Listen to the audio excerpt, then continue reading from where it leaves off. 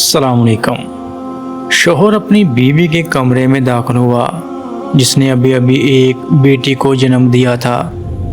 इसने बेटी को गुस्से भरी नज़र से देखा, फिर अपनी थकी हुई बीवी की तरफ मुड़कर कहा, तुम्हें तलाक देता हूँ। फिर जल्दी से पीठ मोड़ी और कमरे से निकलने लगा।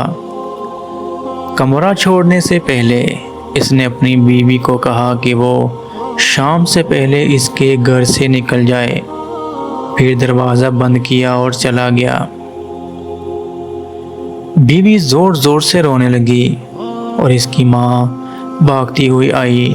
हैरान थी कि दामाद इतनी जल्दी क्यों चला गया। माँ ने आकर देखा कि बेटी शिद्दत से रो रही है। क्या हुआ? बेटी ने अपनी माँ की तरफ देखा और मुकम्मल तौर पर टूट चुकी थी।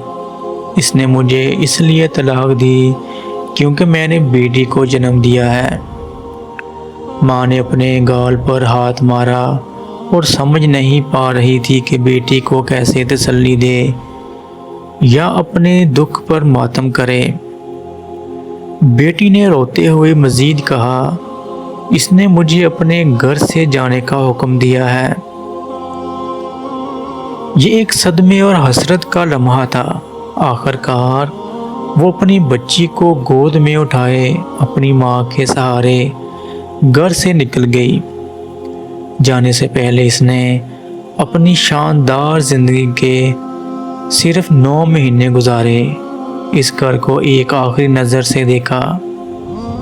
नीचे पहुंचते ही जब वो घर के दरवाजे पर पहुंची तो इसकी सास सीढ़ियों पर खड़ी थी और इसका मजाक उड़ा रही थी।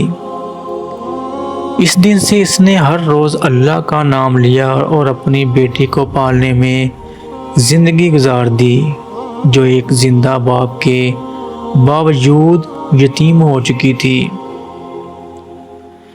दूसरी तरफ शौहर ने जल्द ही एक और औरत से शादी कर ली जिसने इसे बेटे दिए, लेकिन वो कभी खुश ना हो सका।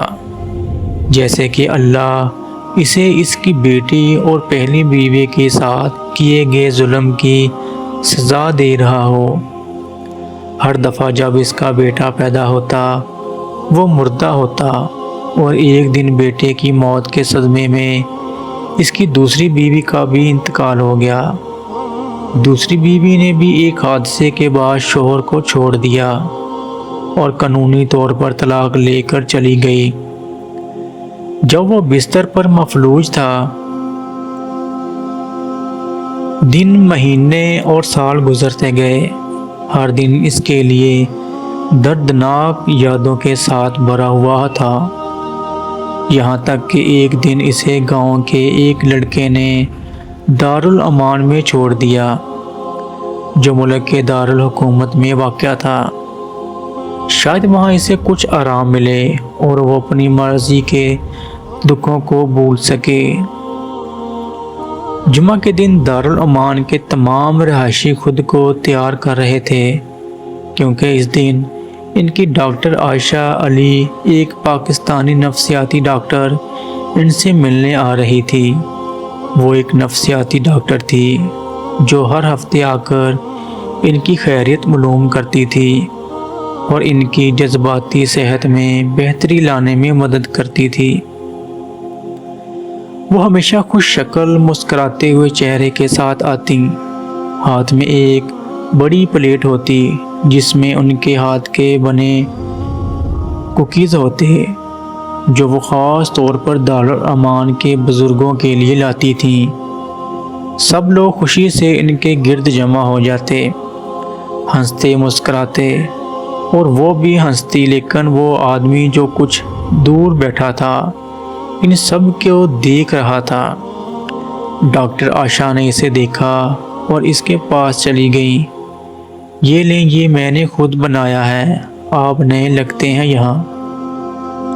आदमी ने कुछ नहीं कहा और बस इन्हें गौर से देखने लगा, जैसे वो इन्हें पहचानने की कोशिश कर रहा हो। क्या बात है, क्या आपको किसी मदद की ज़रूरत है? अगर कुछ आपके दिल में है तो बताएं, मैं आपकी मदद कर सकती हूँ। کہ آپ کے بچوں نے آپ کو دکھ پہنچایا۔ وہ بوجھل زبان اور بوجھل دل سے بول رہا، نہیں، میں اکیلا رہتا ہوں۔ ڈاکٹر عائشہ نے نرمی سے ان کے کندھے پر ہاتھ رکھا۔ میں معذرت خواہ ہوں۔ پھر وہ ایک لمحے کے لیے سوچ میں ڈوب گئیں۔ ان کی آنکھوں میں آنسو آ گئے۔ لوگ سمجھتے ہیں کہ میں یہاں صرف ان کی مدد کرنے آتی ہوں، لیکن حقیقت میں اپنی مدد کے لیے آتی ہوں، کیونکہ میں ایک یتیم ہوں۔ میرے والد نے میری ماں کو بہت پہلے طلاق دے دی تھی۔ اللہ حافظ۔